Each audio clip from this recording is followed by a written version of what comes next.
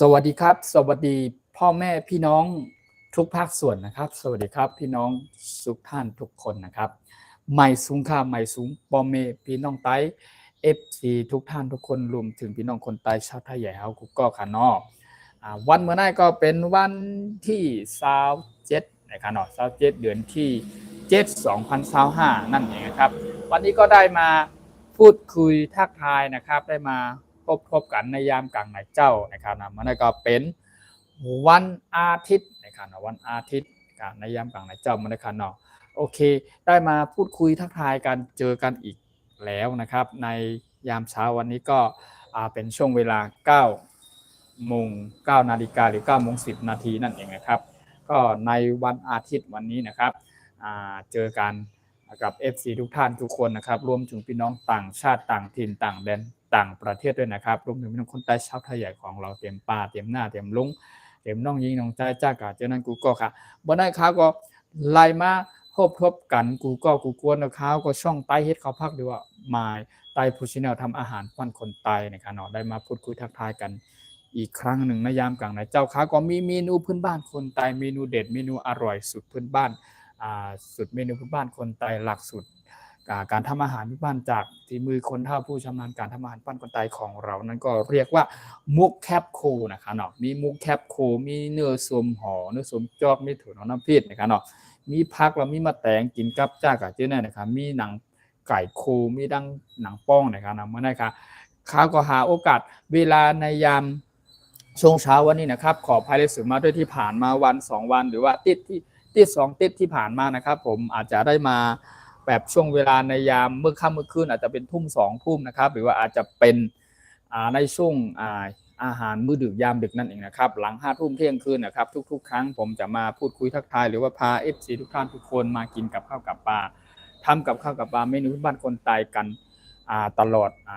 ในทุกๆของทุกๆวันหรือว่าในยามค่ำคืนมื้อดึกนะครับหรือในยามช่วงเช้าก็อาจจะเป็นช่วง8 โมงครึ่ง9 โมงเจอกันทางอาหารมื้อดึกและทางตอนเช้านะครับวันละครั้ง2 ครั้งนะครับแต่ช่วงนี้ผมได้มาแบบบ่อยๆนะครับมาเป็นบางครั้งนะครับก็มาวัน2 วันทีนึงหรือว่าผมมีเวลาผมก็จะพยายามหาโอกาสช่วงตรงนี้เพื่อที่จะได้มาพูดคุยทักทายพ่อแม่พี่น้อง FC ทุกท่านทุกคนในทุกๆวันใน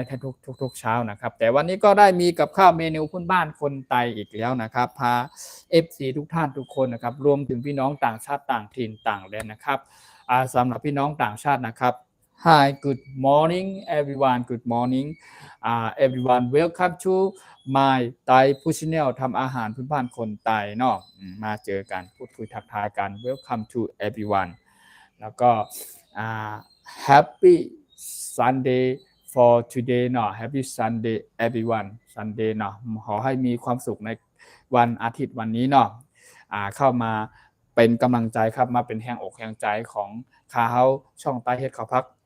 น้ำในการมาเป็นกำลังใจมาเป็นเขาเรียกว่าแรงอกแรงใจมาพูดคุยทักทายกันในยามช่วงเช้าของวันอาทิตย์วันนี้ก็เป็นช่วงเวลา9 โมงหรือ9 โมง 10 นาทีนะครับก็ผมช่องไต้ฟู้ดแชนแนลทำอาหารวันคนไทยนะครับพา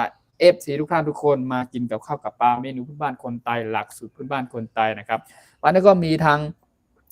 มุกแคปโคนะครับนะมุกแคปโคจะเป็นลักษณะแบบนี้นะมุกแคปโคกันนะมุกแคปโคนะครับนะเนื่องจากฝีมือคนท่าผู้ชำนาญการทำอาหารพื้นบ้านคนไทยของเรานั่นเองนะครับโอเคนี่เนาะเอาไว้ครับเอาไว้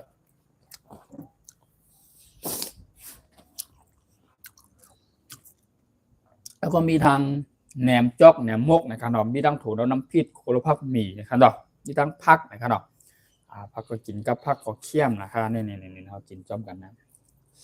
หมายสงค่ะพอไม่พี่น้องกูก็มีต้องมาแตงเลยขนมหนังป้องหนังไก่ในขนมแล้วก็กินข้าววันแล้วกินข้าวเจ้าในขนมข้าวเจ้าข้าวหุงเคี่ยมนะครับมาครับ FC ทุกท่านทุกคนมาครับมากินจ้อมกันมาเป็นแห่งอกแห่งใจกันเนาะช่วงนี้ก็เป็นเข้าสู่ฤดูหน้าฝนละนะครับก็โดนฝนบ้างไปธุระไปนู่นไปนี่บ้างไม่ได้ใส่เสื้อกันฝนบ้างนะครับก็เอาเป็นว่ากลายเป็นหวัดในตอนเนี้ยกลายเป็นหวัดแล้วก็แบบ อากาศมันเปลี่ยนแปลงเนาะช่วงนี้นะครับก็ดูแลสุขภาพกันด้วยนะครับสำหรับพ่อแม่พี่น้องทุกภาคส่วนนะครับก็ช่วงนี้ก็ฝนตกนะครับค่อนข้างมีหลายที่หลายจังหวัดนะครับที่ฝนตกนะครับพายุเข้านะครับโอเคดูแลสุขภาพกันนะครับไม่ว่าจะเป็นการเดินทางไม่ว่าจะเป็นการพักผ่อนอยู่ที่บ้านอะไรก็ระวังเรื่องฝนเรื่องอะไรนะครับพายุเข้านะครับการเดินทางไปจากสถานที่ต่างๆแล้วก็โดยในความเป็นห่วงนะครับพ่อแม่พี่น้อง FC ทุกท่านทุกคนเนาะเอาระมัดระวังกันนะครับกลายเป็นว่าตอนนี้ช่วงนี้โดนฝนบ่อยนะครับก็เลยมีอาการเป็นหวัดนิดๆนะครับพอขออภัยได้สูงมากด้วยอย่างไรนะครับที่ผมไม่ได้มาบ่อยๆหรือว่าไม่ได้มาทุกๆเช้าหรือว่าในยามค่ำคืนมื้อดึกนะครับปกติผมจะมา2ครั้งนะครับผมจะมาไลฟ์สดผ่านทางช่อง YouTube ไต้ฟู้ด Channel ทำอาหารวันคนไต้วันละ2ครั้งนะครับจะเป็นอาหารมื้อดึกนะครับอาจจะเป็นช่วงทุ่ม2ทุ่มอาจจะเป็นหลัง5ทุ่มเที่ยงคืนนะครับ1มื้อนะครับหรือในยามช่วงเช้านะครับเป็นช่วง8โมงครึ่ง9โมงนะครับทุกใน1วันครับ2ครั้งผมจะมาไลฟ์สดพูดคุยทักทายพา FC ทุกท่านทุกคนมาดูกับข้าวกับปลาเมนูพื้นบ้านคนไต้นะครับ แต่ช่วงนี้ผมมาแบบนานๆในวัน2วันมาทีนึงหรือว่าติดละครั้งนะครับอย่างนี้ครับผมช่วงนี้ก็ไม่ค่อยมีเวลาเหมือนกันเหมือนแบบรู้สึกแบบไม่ค่อยสบายด้วยอย่างนี้ครับช่วงนี้มีธุระเยอะหน่อยนะครับโอเคสำหรับวันนี้ก็พา FC ทุกท่านทุกคนมากินกับข้าวกับปลาเมนูพื้นบ้านคนไต้กันเนาะมุกแคบโคนะครับพี่น้องคนไต้ชาวไทยเขาเรียกว่ามุกแคบโคนะครับหนังเนื้อไก่โคนะครับแล้วก็หนังป้องนะครับแล้วก็มีดังแหนมเนี่ยแหนมเป็นห้องแหนมพี่น้องคนไทยคนเมืองเป็นห้องแหนมแต่พี่น้องคนไต้ชาวไทยใหญ่ของเขาว่าเนื้อสมมกเนื้อสมจอกแล้วก็มีทั้งนี่ก็เป็นโถน้ำพริกโคล่อหมักพริกทั้งหมี่นะครับเนาะแค่นะครับแล้วก็กินจ้อมพักปอกมะแตงเนาะข้าวเจ้านะครับเนาะกินข้าวนึ่งก็ได้ข้าวเจ้าก็ได้แต่ว่าเขากินข้าวเจ้าก็ดีนะครับเพราะข้าวนึ่งเนี่ยมันตีคับท้องอะไรกินเข้าไปแล้วมันคับท้องเนาะมันอืดอัดหน่อยถ้ากินข้าวเจ้าของกำลังพอดีนะครับเนาะเขาเหมือนใจว่าเขามากินแบบอลังการกินแบบเต็มที่เนาะโดยไม่หยุดไม่หย่อนไม่ใช่แบบนั้นนะครับเรามากินให้แบบให้พอดีแล้วก็อยากจะมาแนะนำกับข้าวพื้นบ้านเมนูคนไต้แล้วก็อยากจะมาชักชวนพ่อแม่พี่น้อง FC ทุกท่านทุกคนมาดูกับข้าวกับปลาเมนูพื้นบ้านคนไต้อย่างผมเขานั่นเองนะครับว่าเป็นเมนูแบบไหนชนิดไหนแล้วก็หน้าตารูปแบบเป็นแบบไหนนะครับในแต่ละครั้งหรือว่าในแต่ละมื้อที่ผมมาพูดคุยทักทายแล้วผมเอากับข้าวกับปลามาวางตรงโต๊ะตรงหน้านี้แล้วก็ผ่านทางช่อง YouTube หรือไลฟ์สดนะครับอยากให้พ่อแม่พี่น้อง FC ต่างชาติต่างถิ่นต่างประเทศได้เห็นว่ากับข้าวเมนูพื้นบ้านคนไต้หรือชาวไทยใหญ่มันเป็นอย่างไรกินกันอย่างไรปรุงกันอย่างไรทำกันอย่างไรนะครับแล้วก็สีสันออกมาน่ากินน่าทานประมาณเท่าไหร่นะครับแล้วก็เขากินกันอย่างไรแล้วเขาเติมอะไรเติมอะไรวัตถุดิบกินกับอะไรบ้างส่วนอย่างเช่นผักนะครับแล้วก็ทุกครั้งที่ผมได้มาพูดคุยทักทายผมก็หากับข้าวกับปลาเมนูพื้นบ้านคนไต้จากฝีมือคนท่าผู้ชำนาญการทำอาหารบ้านคนไต้ของเราเพิ่นก็แปลงให้ทำให้เนาะเพิ่นบอกว่าไปกินกับข้าวกับปลาปนโตเนี่ยพูดคุยทักทายลูกหลานได้เนาะผ่านทางช่อง YouTube นะครับเปิ้นลูกมีหลานมี FC บางท่านหลายคนที่เปิ้นอยากรู้อยากเห็นเปิ้นก็อยากมาพูดคุยทักทายในยามช่วงเช้าๆนะครับเปิ้นก็แปลงกับข้าวกับปลาให้ผมนะครับในที่เป็นช่องไต้ฟู้ด Channel ทำอาหารพื้นบ้านคนไต้ยินดีต้อนรับทุกท่านทุกคนนะครับเข้าสู่ช่องไต้ฟู้ด Channel ทำอาหารพื้นบ้านคนไต้ Everyone welcome to my Thai Food Channel ทำอาหารพื้นบ้านคนไต้นะครับeveryone coming my Thai Food Channel ทำอาหารพื้นบ้านคนไต้ so happy ครับขอให้มีความสุขในการเข้ามาทักทายพูดคุยนะครับจากการคอมเมนต์นะครับแล้วก็จากการที่ใครเข้ามาดูแล้วก็นั่งกินไปด้วยกันเพลินไปด้วยกันดูไปด้วยกันพูดคุยทักทายไปด้วยกันเนาะโอเคผมปอกมาแตงก่อนนะครับเดี๋ยวรอสักครู่นะครับเดี๋ยวหลังจากปอกมาแตงเรียบร้อยผมจะขออ่านคอมเมนต์จาก FC เนี่ยก่อนนะครับที่พูดคุยทักทายเข้ามาเนาะใหม่สูงค่าใหม่สูงกูก็ค่าใหม่สูงพี่น้องใต้เฮา FC ทุกท่านทุกคนนะครับเนาะเราก็มาพูดคุยทักทายกันผมก็จะพูดหรือว่าจะแปลหรือว่าจะอธิบายจะพูดคุยทักทายเป็นภาษาพี่น้องคนไต้หรือชาวไทยใหญ่ของเราบ้างพี่น้องคนไทยบ้างแล้วก็ภาษาอังกฤษต่างประเทศเราก็ไม่ค่อยแข็งแรงเท่าไหร่เนาะได้นิดหน่อยแล้วก็สามารถได้ตอบโต้ได้พูดคุยทักทายขอบคุณนะครับ ชักชวนกันมากินข้าวกับปลาเมนูพื้นบ้านคนไทยนั่นเองนะครับ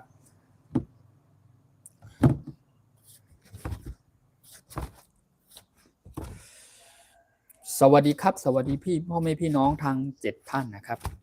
มาพูดคุยทักทายกันนะครับเดี๋ยววันหลังหรือว่ามีโอกาสครับผมจะทำกับข้าวเมนูหลายอย่างหลายรูปแบบนะครับที่จะต้องเตรียมวัตถุดิบหลายอย่างแล้วก็ทำแบบเยอะๆนะครับแล้วก็จะมาทำหรืออัดลงไปเป็นทางวิดีโอไว้บนทางช่อง YouTube ของผมนะครับสำหรับเพื่อพ่อแม่พี่น้อง FC ทุกท่านทุกคนจะได้กลับเข้ามาดูนะครับอาจจะมาดูย้อนหลังอาจจะมาในไลฟ์สดณตอนนี้หรือว่าของทุกๆครั้งที่ผมได้มาไลฟ์สดอาจจะกลับเข้ามาดูมาเป็นกำลังใจไม่ทันหรือว่ากลับมาดูย้อนหลังให้ก็ได้สามารถฝากความคิดเห็นสามารถฝากข้อความอะไรใต้คลิปนั้นๆได้เลยผมไปตอบคอมเมนต์ของ FC ทุกท่านทุกคนที่เข้ามาดูมาเป็นกำลังใจให้ผมนั่นเองนะครับขอบคุณมากครับขออนุญาตอ่านคอมเมนต์ก่อนนะครับทักทายครับสวัสดีครับ Real Real Me มือถือโอเคสวัสดีครับยุทธิดานาหนองขามขอบคุณครับขอบคุณครับกินน้ำแน่มากินน้ำแน่มาเลยครับมากินด้วยกันครับสวัสดีครับสรวุฒิหวานอ่อนขอบคุณมากครับขอบคุณครับจากการคอมเมนต์ครับขอบคุณที่เข้ามาเป็นกำลังใจให้ผมนะครับไม่ว่าจะเป็นพี่น้องโซนชาติเผ่าไหนจะเป็นพี่น้องคนไทยคนเมืองพี่น้องอีสานภาคอีสานของเราก็ดีนะครับรวมไปถึงพี่น้องต่างชาติต่างประเทศต่างถิ่นด้วยนะครับก็รวมถึงพี่น้องคนเหนือแล้วครับพี่น้องทุกภาคส่วนนะโอเคทั้งภาคใต้ภาคเหนือภาคกลางพี่น้องทุกภาคส่วนนะครับที่เข้ามาเป็นกำลังใจให้ผมขอบคุณมากขอบคุณทุกท่านทุกคนนะครับโดยเฉพาะพี่น้องที่อยู่แถวทางตอนอีสานนะครับก็ช่วงนี้ก็เป็นห่วงเป็นใยกันนะครับแล้วก็ฝากดูแลแล้วก็มัดระวังกันเนาะมีในการอยู่การพักถิ่นอาศัยเนาะการเลื่อนทางกันแล้วแต่นะครับเป็นห่วงเป็นใยกันแล้วก็ขอบคุณจาก FC ทุกท่านทุกคนนะครับที่เข้ามาเป็นกำลังใจให้ผมรวมไปถึงพี่น้องคนใต้ชาวไทยใหญ่ของเราทุกท่านทุกคนเนาะที่มาปันแห่งอกแห่งใจเนาะขอบคุณมากครับสวัสดีครับมากินกับข้าวกับปลาด้วยกันเนาะกินแต่น้ำกินแต่น้ำแน่มาเทวดาตกสวรรค์โอ้สุดยอดครับชื่อช่องเนี่ยเยี่ยมเลยครับขอบคุณมากครับขอบคุณครับขอบคุณจากการคอมเมนต์เนาะsee you everyone Sunday this morning okay I'm so happy I think my FC everyone so happy for today not today morning okay welcome to everyone my Thai food channel ทำอาหารเพื่อบ้านคนไทย welcome to thank you so much thank you for your comment thank you for you กดไลค์เนาะ for me thank you share for me subscribe for me everyone welcome to my Thai food channel ทำอาหารบ้านคนไทยยินดีต้อนรับทุกท่านทุกคนรวมถึงพี่น้องต่างประเทศต่างถิ่นต่างแดนเข้ามาเป็นกำลังใจให้ผมขอบคุณมากครับขอบคุณทุกท่านทุกคนนะครับที่เข้ามาเป็นกำลังใจให้มากินกับข้าวกับปลาเมนูบ้านคนไทยด้วยกันเนาะอายุเท่าไรแล้วI'm from Indonesia oh thank you so much thank you welcome to FC from Indonesia นะครับ welcome to my Thai food channel ทำอาหารเพื่อคนไทยผมyou เลข3นะครับเลข3แล้วเลข3นิดนะครับก็เป็นพี่น้องคนไทยชาวไทยใหญ่นั่นเองนะครับรักทุกคนเป็นห่วงทุกคนนะครับไม่ว่าจะเป็นพี่น้องชนชาติเชื้อชาติไหนนะครับเราก็คนแล้วก็เป็นมนุษย์เช่นกันแล้วก็เป็นคนที่มีน้ำใจจิตใจต่อกันซึ่งกันและกันนะครับเราเป็นคนเราจะต้องมีเป็นคนมีน้ำจิตน้ำใจให้กันนะครับคำสอนจากพระครูบาอาจารย์เนาะหรือว่าเราเป็นศาสนาพุทธนะครับอยู่ในเขาเรียกว่าอยู่ในศาสนาพระเป็นเจ้านะครับความใต้เฮาขาเนาะนับถือพระพุทธเจ้าเราก็ต้องเป็นคนมีน้ำจิตน้ำใจแล้วก็เป็นคนมีเมตตาเอ็นดูแบ่งปันเกื้อกูลช่วยกันนะครับในฐานะที่ผมก็เป็นคนไทยหรือพี่น้องชาวไทยใหญ่คนหนึ่งหรือผมก็เคยเป็นพระเป็นเนนนะครับเป็นนานศึกนั่นเหมือนกันนะครับผมก็อะไรที่เขาเรียกว่าอะไรเกี่ยวกับในทางธรรมะธรรมโมหรือว่าเกี่ยวกับไม่ว่าอะไรก็แล้วแต่เนาะทางพระพุทธศาสนาของเราผมก็พอมีความคิดหรือว่าความรู้อยู่ตรงนี้บ้างนะครับนั่นแหละที่เขาคนเราที่เขาบอกว่า ไม่ว่าจะอยู่ที่ไหนก็ช่างนะครับขอให้เป็นคนดีขอให้เป็นคนมีเมตตาเอ็นดูขอให้เป็นคนมีน้ำจิตน้ำใจช่วยกันแบ่งปันเกื้อกูลกันซึ่งกันและกันนะครับห้ามเบียดเบียนกันนะครับคนเรามีเท้ามีมือมีตีนมีหูมีจมูกนะครับมีความคิดเป็นของตัวเองแต่ละคนนะครับแต่ไม่ว่าจะอยู่ที่ไหนก็นั่นก็คือหลักการของมันก็ขอเป็นคนดีนะครับขอเป็นคนดีทุกท่านทุกคนขอเป็นคนที่รักของในสังคมขอให้เป็นที่รักของพ่อของแม่ของในสังคมในหมู่บ้านขอเป็นคนที่มีน้ำจิตน้ำใจช่วยเหลือกันแบ่งปันเกื้อกูลกันบ้านใกล้เรือนเคียงไม่ว่าจะอยู่ที่ไหนก็แล้วแต่นะครับคนดีย่อมไม่อดยากคนดีย่อมดีเสมอนะครับไม่ว่าจะอยู่ที่ไหนก็แล้วแต่นะครับคำสุภาษิตเขาบอกว่ากล่าวไว้ว่าดีหรือชั่วช่างหัวเขาสิ่งดีๆเรานำมาใช้และปฏิบัตินั่นเองนะครับทุกครั้งไม่ว่าจะเป็นการพูดการจาการปฏิบัติอะไรก็แล้วแต่นะครับมันอยู่ที่ใจเรานะครับแล้วก็มันอยู่ที่การกระทำของเราด้วยนะครับเราว่าเราเป็นคนแบบไหนในมุมไหนนะครับโอเควันนี้ก็พูดคุยทักทายเยอะไปหน่อยนะครับมากินกับข้าวกับปลาด้วยกันเลยครับเริ่มเลยนะครับผมจะพา FC มากินด้วยกันขอบคุณสำหรับ FC บางท่านทุกท่านทุกคนนะครับที่เข้ามาเป็นกำลังใจให้อ่านคอมเมนต์อีกทีเนาะสวัสดีอายุ30 ปีแล้วหรอเร็วมีมือถือใช่แล้วครับอายุ31แล้ว31 32ละเข้า32ละตอนนี้ก็เป็นวัยกลางคนละนะครับวัยกลางคนแล้วครับFC ครับไม่เป็นไรครับยินดีจะตอบยินดีที่จะบอกเนาะแล้วก็พูดเป็นไปตามความจริงไม่มีการพูดเปรี้ยวไม่มีการโกหกกันนะครับคนเราเขาบอกว่าอะไรวะมันจะมีในศีล5 ข้อนะที่เขาบอกห้ามพูดโกหกนะครับมุสาวาทานะการดื่มสุราเหมือนกันสุรามีระยะไม่ใช่ประมาทฐานานะที่เขาบอกนะในภาษาบาลีเนาะการดื่มสุราการโกหกการพูดคุยนั้นมันไม่ดีนะครับเป็นสิ่งที่ไม่ดีทั้งนั้นนะครับนี่วันนี้ก็เป็นกับข้าวเมนูพื้นบ้านคนตายวันนี้ก็เป็นมุกแคบคูนะครับเนาะมุกแคบคูค่ะพอมีพี่น้องถูกกะมาพูดคุยทักทายกันเนาะขออภัยเลยสูมาด้วยนะครับบางครั้งผมก็อาจจะพูดเป็นภาษาพี่น้องคนไทยชาวไทยใหญ่ของเราด้วยหรือว่าอธิบายเป็นภาษาพี่น้องคนไทยชาวไทยใหญ่ของเราด้วยพี่น้องคนไทยคนเมืองคนภาคเหนือภาคใต้ภาคกลางทุกภาคส่วนนะครับรวมถึงพี่น้องต่างชาติด้วยเนาะยินดีต้อนรับทุกท่านทุกคนครับที่เข้ามาเป็นกำลังใจให้ผมนะครับโอเคมากินด้วยกันเนาะ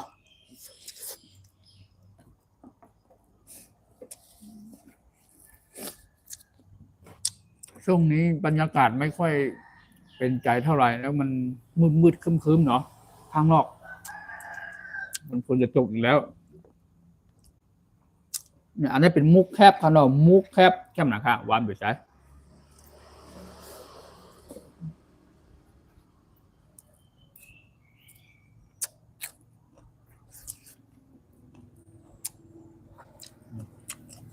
มีFCจากfromอินโดนีเซียเนาะจากพี่น้องพี่น้องทุกภาคส่วนเนาะที่เข้ามาเป็นกำลังใจให้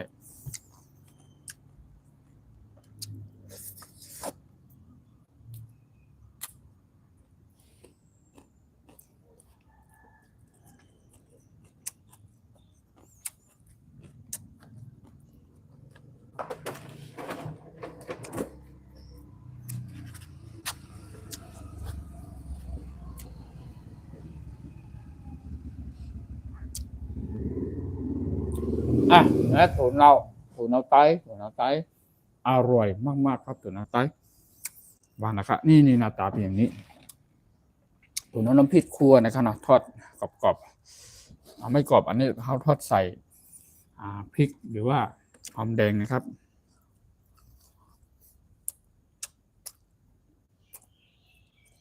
จากการคอมเมนต์เนาะ FC ทุกท่านทุกคนขอบคุณมาก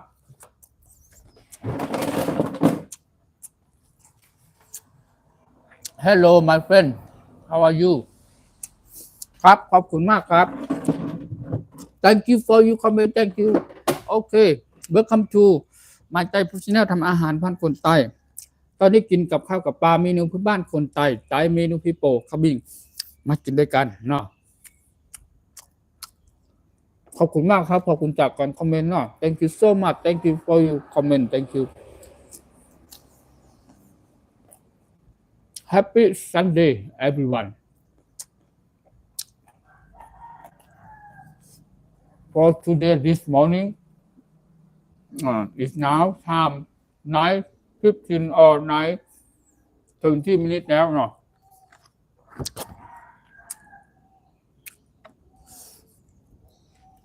บางครั้งเราก็อยากจะแปลหรือว่าจะอธิบายเป็นภาษาอังกฤษเยอะๆเนาะแต่ว่าเราก็ไม่สามารถจะอธิบายละเอียดขนาดนั้นเนาะเพราะว่ามันก็ไม่ใช่ภาษาของผมก็จำได้แล้วก็จะอธิบายแบบเต็มรูปแบบไม่เคยได้เราก็ไม่ได้เรียนเล่าไม่ได้ร่ำได้เรียนไม่ได้เก่งมาจากไหนนะครับแล้วก็การเล่าการเรียนการศึกษาก็ไม่ค่อยได้เรียนแบบเต็มที่เนาะก็พอรู้พื้นฐานเล็กน้อยแค่นั้นเองนะครับบางครั้งอาจจะมี FC ต่างประเทศต่างถิ่นนะครับหรือว่าพี่น้องต่างชาตินะครับโดยเฉพาะพี่น้องชาวอังกฤษหรือจากFC จากตุรกีนะครับมี FC หลายท่านเนาะเปิ้ลคอมเมนต์เข้ามาเปิ้ลทักทายถามเข้ามาผมก็อยากจะอธิบายในการที่ผมอธิบายเป็นภาษาไทยนะครับหรือว่าพี่น้องคนไทยชาวไทยใหญ่ของเรานั่นคืออันนั้นเป็นภาษาของผมอยู่แล้วนะครับแต่ว่าภาษาอังกฤษนั่นเองนะครับเราจะอยากจะอธิบายแบบให้มันชัดเจนให้มันละเอียดมากลึกไปกว่านั้นแต่เราไม่สามารถพูดได้อธิบายได้เยอะขนาดนั้นนะครับก็ได้เล็กน้อยนิดหน่อยนะครับโอเค English for English I can a little bit ครับเราไม่สามารถอธิบายได้เยอะเนาะ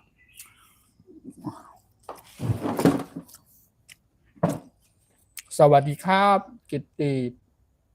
ปัสสามานดาสวัสดีครับคุณจันทร์ชูชาติ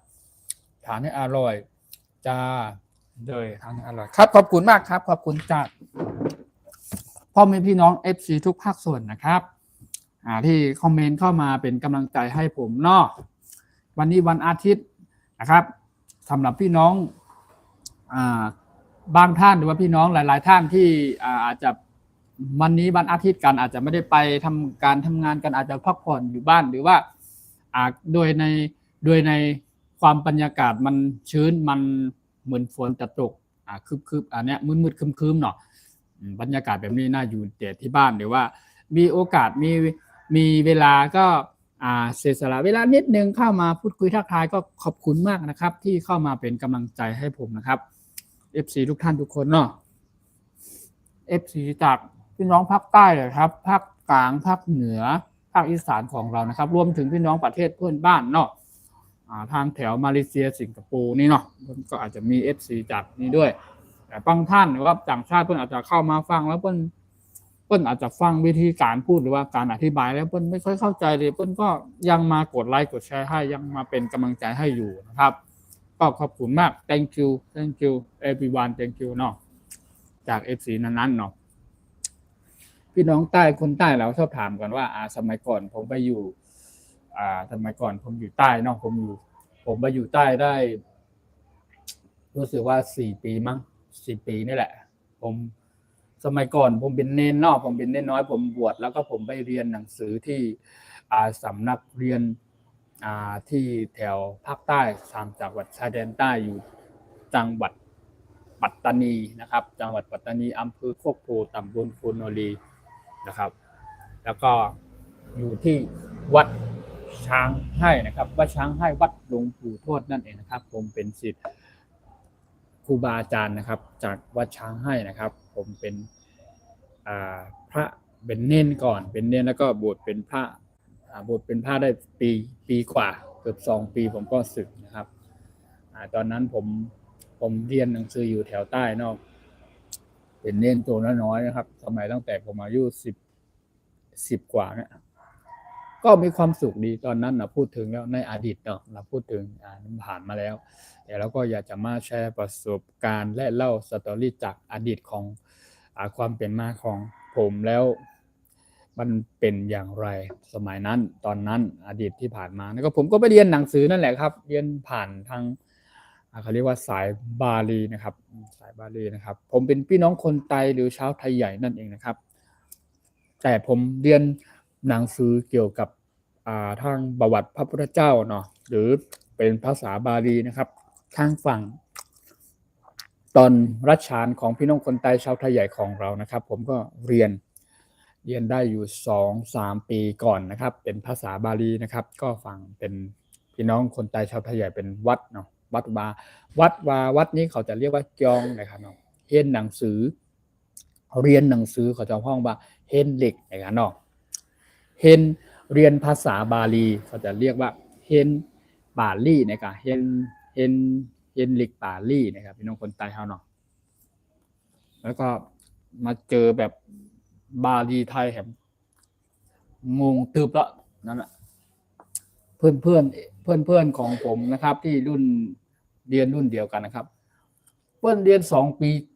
จบอ่ะแต่เรา3 ปีอ่ะ4 ปีแล้วก่อนจะผ่านเนาะก็หัวไม่ค่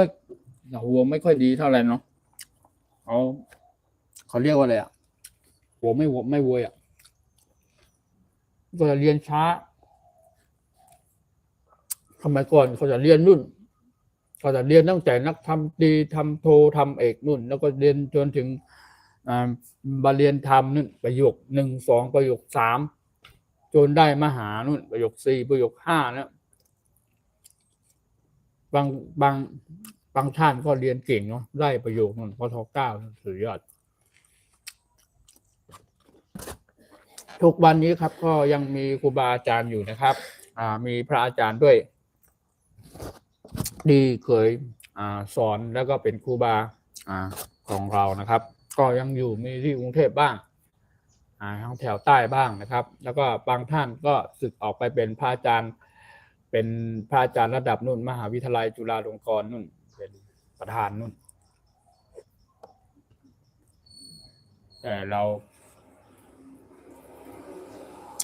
แต่ก็พูดถึงว่ายังดีนะครับเราก็ได้เรียนอยู่นะครับถึงแม้ว่าเราไม่ได้เรียนจบสูงอะไรขนาดนั้น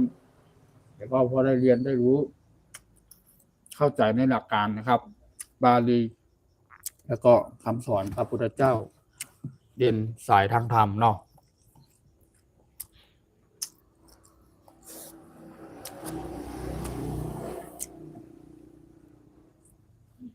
แต่ถ้าไม่ได้เรียนหนังสือถ้าไม่ได้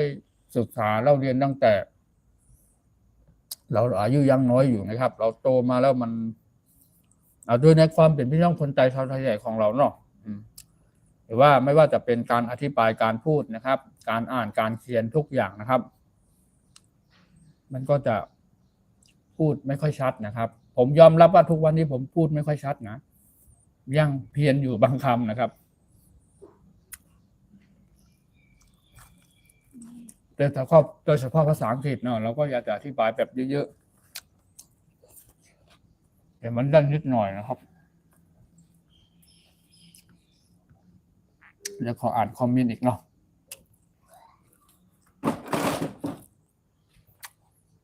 คุณจันทานนี่อร่อยขอบคุณมากครับขอบคุณจากอ่านคอมเมนต์เนาะ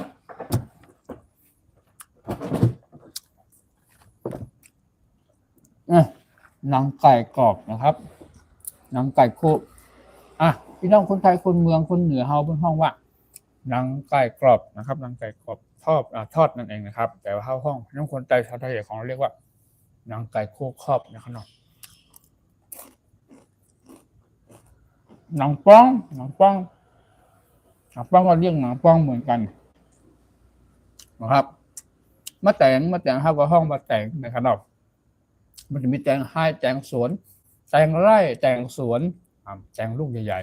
ๆพี่น้องคนไทยชาวไทยใหญ่ของเราก็เรียกว่าแตงไห้แตงสวนแตงลูกใหญ่เลยครับเนาะมันจะคล้ายๆกันระหว่างพี่น้องคนไทยคนเมืองพี่น้องคนไทยชาวไทยใหญ่นะครับ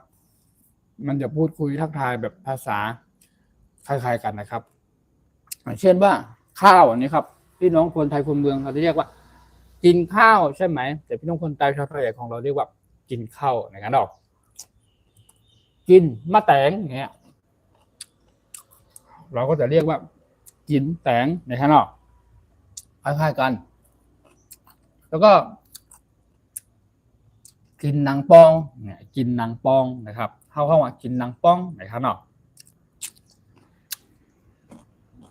ปอกมะแตงเข้าว่าปอกแตงนะครับเนาะมันจะคล้ายๆกัน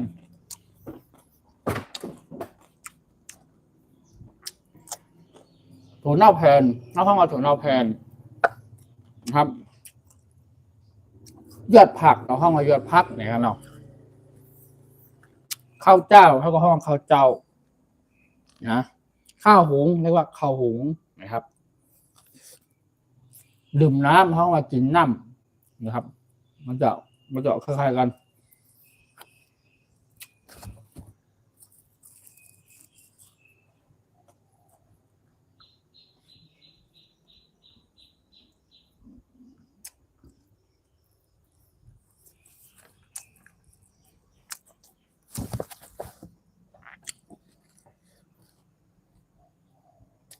มุกครับมุกครับ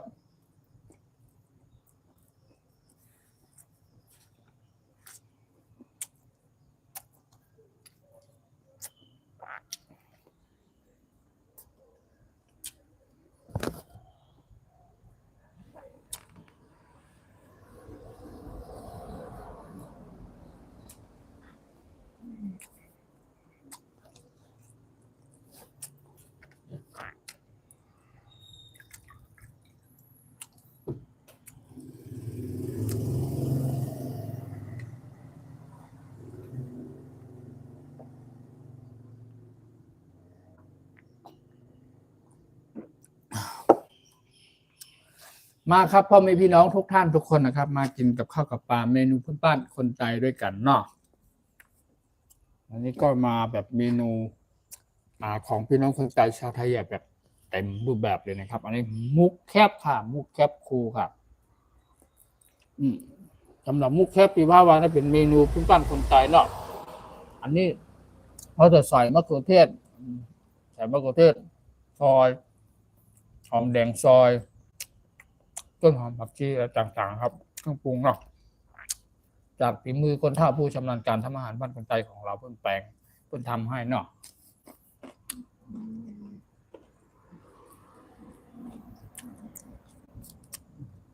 ทุกครั้งหรือว่าที่ผมได้มาไลฟ์สดผ่านทางช่อง YouTube ของไต้พุทธิธรรมอาหารบ้านคนไทยนะครับผมชอบมาพาพ่อแม่พี่น้อง FC ทุกท่านทุกคนมาผัดมาต้มมาแกงให้ดูแบบให้เห็นสดๆร้อนๆเลยแต่วันนี้มาแบบสำเร็จรูปเรียบร้อยเลยครับก็มากินกันมาพูดคุยทักทายกันนั่นเองนะครับจะได้เห็นแบบว่ากับข้าวเมนูพื้นบ้านพี่น้องคนใต้ชาวไทยใหญ่มันเป็นอย่างไรกินกันอย่างไรนะครับ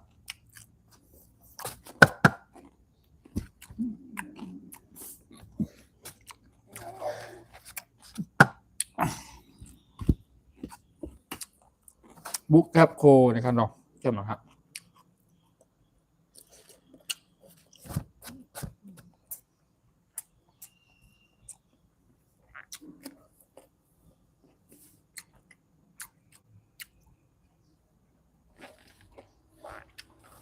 วิจอนี่ก็เป็นเต้าหู้ทอดนั่นเองครับเต้าหู้ของพี่น้องคนใต้ชาวไทยใหญ่ที่เขาเรียกว่าถั่วผู้จอนะครับอันนี้ก็แปลงเองทำเอง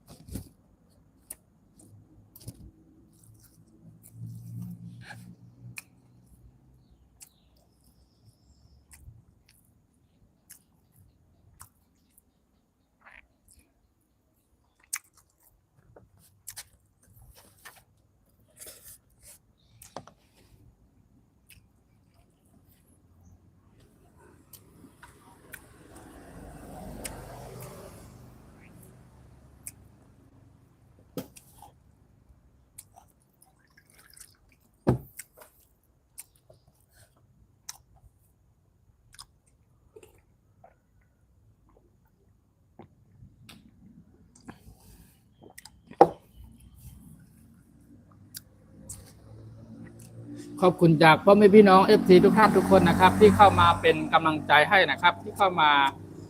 แวะเข้ามากดไลค์กดแชร์กด Subscribe ให้ผมนะครับขอบคุณมากครับ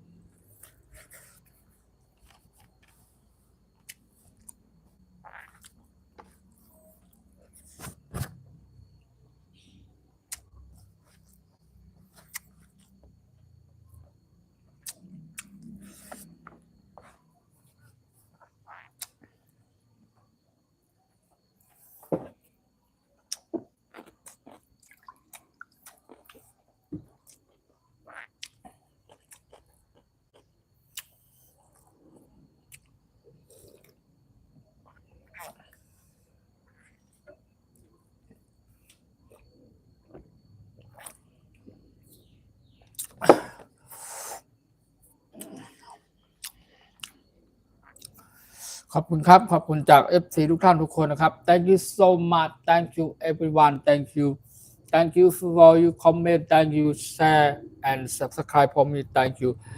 Welcome to everyone for comment for me Welcome to everyone Thank you everyone Welcome to my Thai Food Channel ทำอาหารเพื่อบ้านคนไทยนะครับขอบคุณมาก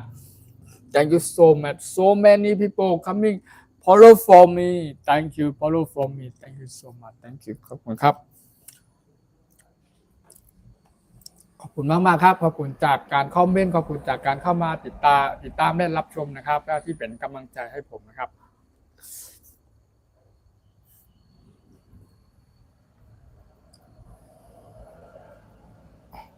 ไม่สมหมูครับไม่สมหมูจ๊อบ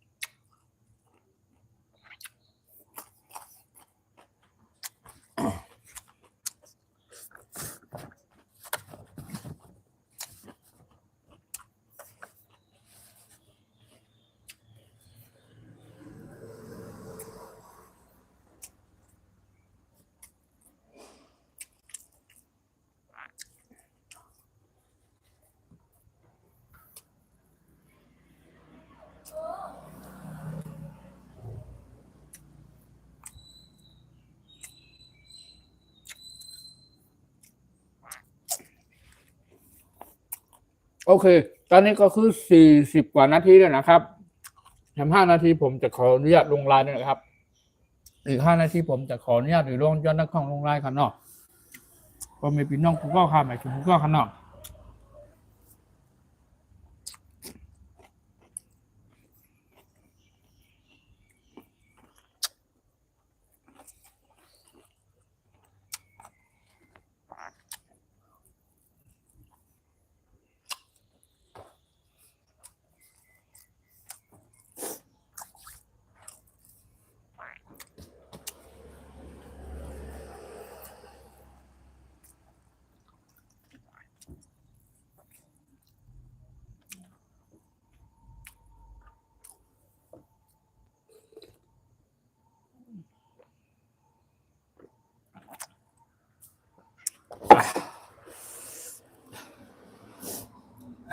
เป็นบัตรนิดหน่อย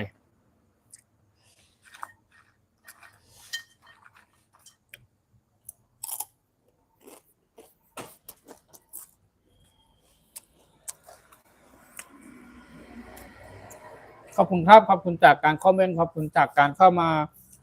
ติดตามและรับชมนะครับขอบคุณมากครับขอบคุณครับ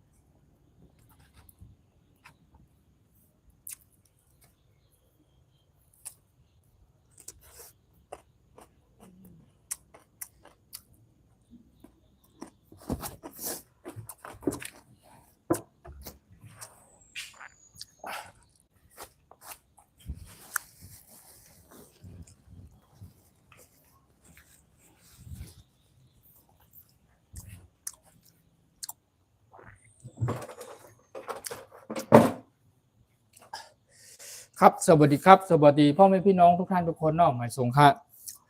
วันมาได้ครับก็ไลป้า FC ทุกท่านทุกคนเนาะพ่อแม่พี่น้องกูก็รวมถึงพี่น้องต่างชาติต่างถิ่นต่างแดนนะครับที่เข้ามาพูดคุยทักทายกันป้ามากินกับข้าวกับปลาไม่ในพื้นบ้านคนใต้ของเฮาเหมือนในขนมยินหยียินโจมขอบคุณใหญ่น้ำและที่เขามาปั่นแห้งเขาในข้องใต้เฮ็ดเขาพักไหนครับใหม่สูงก็ข้าวใหม่สูงสวัสดีครับสวัสดีทุกท่านทุกคนขอบคุณมากครับขอบคุณจากการคอมเมนต์ขอบคุณจากการเข้ามากดไลค์กดแชร์ให้ผมเป็นกำลังใจให้ผมนะครับเพื่อพี่น้องทุกภาคส่วนนะครับน้องภาคใต้ภาคเหนือภาคกลางน้องภาคอีสานของเราเนาะโดยเฉพาะพี่น้องคนเหนือพี่น้องคนใต้ชาวไทยใหญ่ของเราทุกท่านทุกคนนะครับขอบคุณมากนะครับโอเคภาษาใต้เขาถามกันว่ากินข้าวแล้วไหมโอ้ตอนนี้กำลังกินเนาะกินตอนนี้กำลังกินเนาะโอเคพี่น้องกรุงเทพก็เขาถามกันว่ากินข้าวหรือยังกินข้าวหรือยังครับนะครับคนเหนือเขาก็กินข้าวกับไอ้ยังเจ้ากินข้าวแล้วกะนะพี่น้องคนไทยชาวไทยใหญ่ของเขาก็เนาะกินข้าวเย้าห้ากินพักหังก็คือพักกับอันหยังเนาะอร่อยก็หวานก็แปลว่าอร่อยก่อนเนาะหวานเยอะหวานอยู่ห้าหวานก็แปลว่าอร่อยไหมมา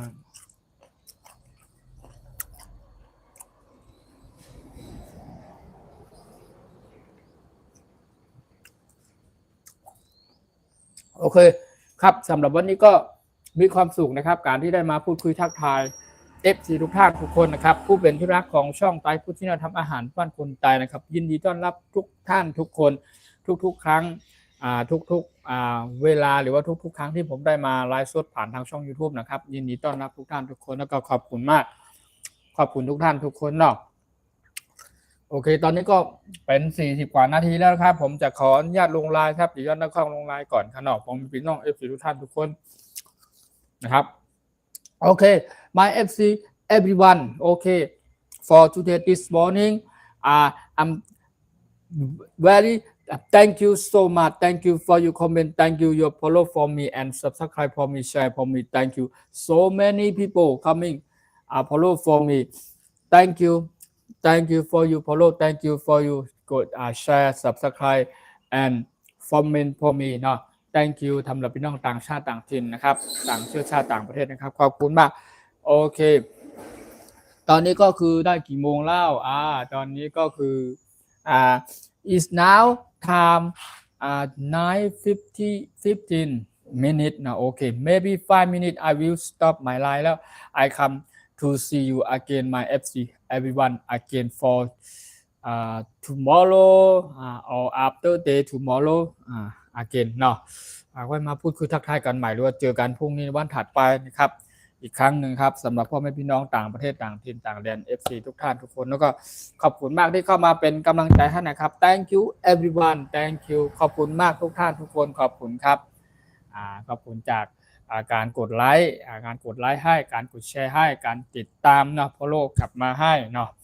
ขอบคุณมากครับขอบคุณนะครับรวมถึงพี่น้องคนใต้ชาวไทยใหญ่ครับกูก็ได้คำว่าปันแห้งครับกดกิ่งกดติดตามปันนะครับเนาะแต่วันเมื่อไหร่ก็มาในกับข้าวเมนูพื้นบ้านคนใต้อร่อยมากหวานเป๋ใจค่ะเนาะเมื่อไหร่ก็ข้าวก็เลยมาพูดคุยทักทายสิมก้าจึงข้าวหวานนั่นแหละมันต้องกินห้อมแบบว่ามันต้องกินแบบเต็มที่กินอิ่มจนแบบลุกขึ้นไม่ไหวไม่ใช่ขนาดนั้นนะครับแล้วก็กินแบบให้พอดีนะครับแล้วก็อยากให้ FC ทุกท่านทุกคนได้มาเห็นกับข้าวกับปลาพื้นบ้านคนใต้แล้วก็มาพูดคุยทักทายกันในยามช่วงเช้านั่นเองนะครับก็มีความสุขในการที่ได้พูดคุยทักทายมีความสุขในการที่ได้นั่งอ่านคอมเมนต์จาก FC ทุกท่านทุกคนได้พูดคุยทักทายแล้วไม่พอได้นั่งกินข้าวไปด้วยกันนะครับแล้วก็กับข้าวกับปลาเมนูพื้นบ้านคนใต้นะครับอยากให้ FC ท่านอื่นต่างประเทศต่างถิ่นต่างแดนพี่น้องต่างเชื้อชาติได้เห็นด้วยนะครับว่ากับข้าวเมนูพื้นบ้านคนใต้หรือชาวไทยใหญ่ของเรามันเป็นอย่างไรและมันน่ากินอร่อยมากน้อยแค่ไหนนะครับก็มีความสุขในการที่ได้มาพูดคุยทักทายแล้วก็ได้มาเอากับข้าวเมนูพื้นบ้านคนใต้ของเราให้ FC ทุกท่านทุกคนแล้วก็ไลฟ์สดผ่านทางช่อง YouTube ของช่องผมทั้งช่องไต้โพชิเนลทำอาหารพื้นบ้านคนใต้นั่นเองนะครับสำหรับ FC บางท่านที่เพิ่งเข้ามาหรือว่าที่กลับเข้ามาไม่ทันก็สามารถกลับเข้ามาดูย้อนหลังให้ได้นะครับแล้วก็เป็นคอมเมนต์ให้ดูย้อนหลังให้นะครับแล้วก็มาเป็นกำลังใจให้ได้นะครับในทุกคลิปที่ผมได้ลงวิดีโอไว้ประมาณ300กว่าวิดีโอนะครับจาก400วิดีโอละประมาณนี้นะครับก็สามารถเข้ามากดเข้ามาติดตามรับชมได้ดูคลิปต่างๆวิธีการทำหลักสูตรการทำต่างๆก็มีในคลิปนั้นก็เป็นเกี่ยวกับการทำอาหารพื้นบ้านคนใต้ของเรานั่นเองนะครับในส่วนของพี่น้องคนใต้ชาวไทยใหญ่ของเราทุกท่านทุกคนไม่ว่าจะเป็นป้าน้าลุงปอเมพี่น้องกูก็นะครับแต่ว่าเฮ็ดเป็นกันกินเป็นกันไม่ใช่กินเป็นการเฮ็ดเป็นการทำได้หมดกับข้าวกับปลาพื้นบ้านแต่ว่าในส่วนของผมในฐานะที่เป็นพี่น้องคนใต้ชาวไทยใหญ่คนหนึ่งก็อยากให้ FC พี่น้องต่างชาติต่างถิ่นต่างแดนต่างประเทศโดยเฉพาะพี่น้องคนไทยคนเมืองของเฮาเนาะผู้เป็นที่รักของช่องไต้โพชิเนลทำอาหารบ้านคนไต้ทุกท่านทุกคนและพี่น้องชาวต่างประเทศด้วยอยากให้เห็นอยากทำกับข้าวกับปลามาให้เห็นอยากทำกับข้าวกับปลามาวางแล้วก็กินให้ดูแล้วก็อยากจะทำเกี่ยวกับการทำอาหารบ้านคนใต้ของเราแล้วก็เอาอัปโหลดหรือวิดีโอลงไปบนช่อง YouTube ไต้โพชิเนลทำอาหารบ้านคนใต้เยอะๆจะได้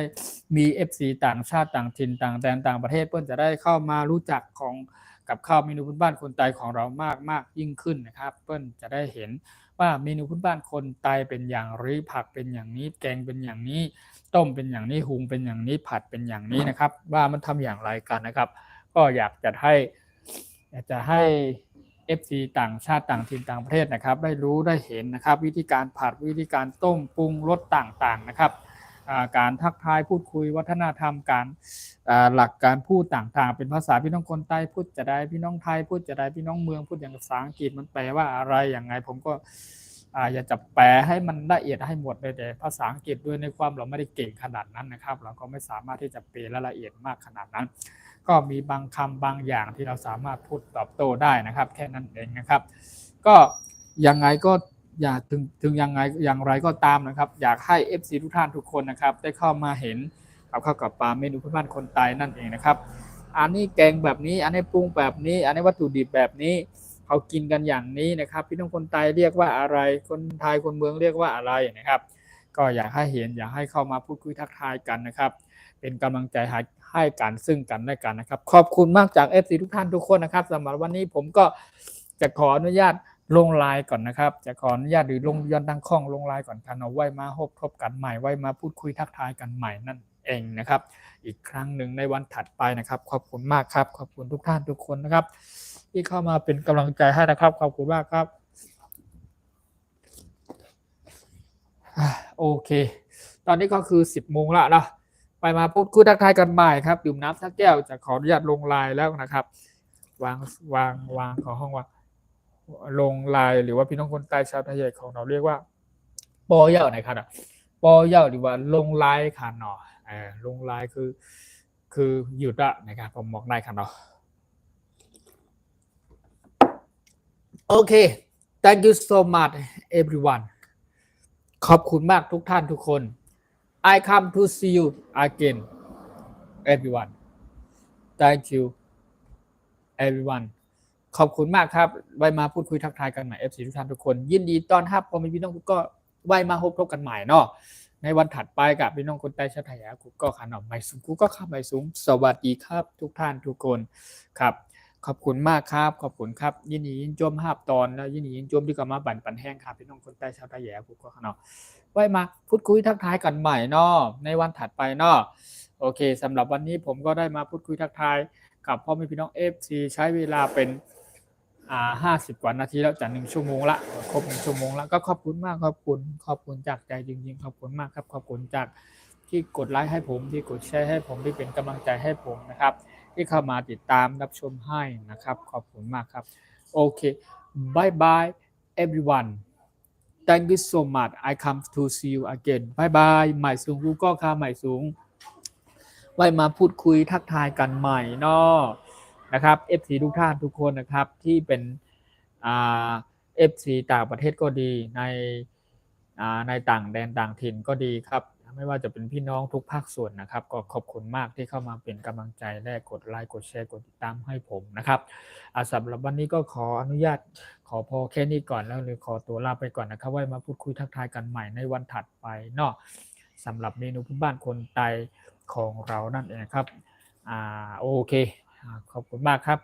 ผมจะขออนุญาตลงไลน์ก่อนนะครับไว้มาพูดคุยทักทายกันใหม่ครับพ่อแม่พี่น้อง FC ทุกท่านทุกคนนะครับบ๊ายบาย everyone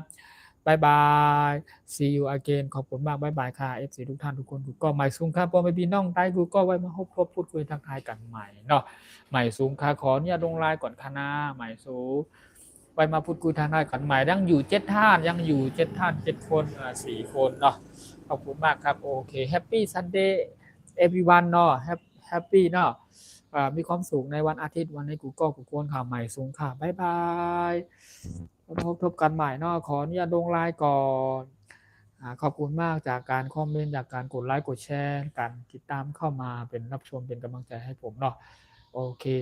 แฮม30 วิผมจะขออนุญาตลงไลน์แล้วนะครับขอบคุณมากครับขอบคุณครับโอเควันนี้ก็ได้มากินกับข้าวกับปลาเมนูบ้านคนไทยอร่อยมากๆนะครับก็กินแบบพอดีนะครับก็มี FC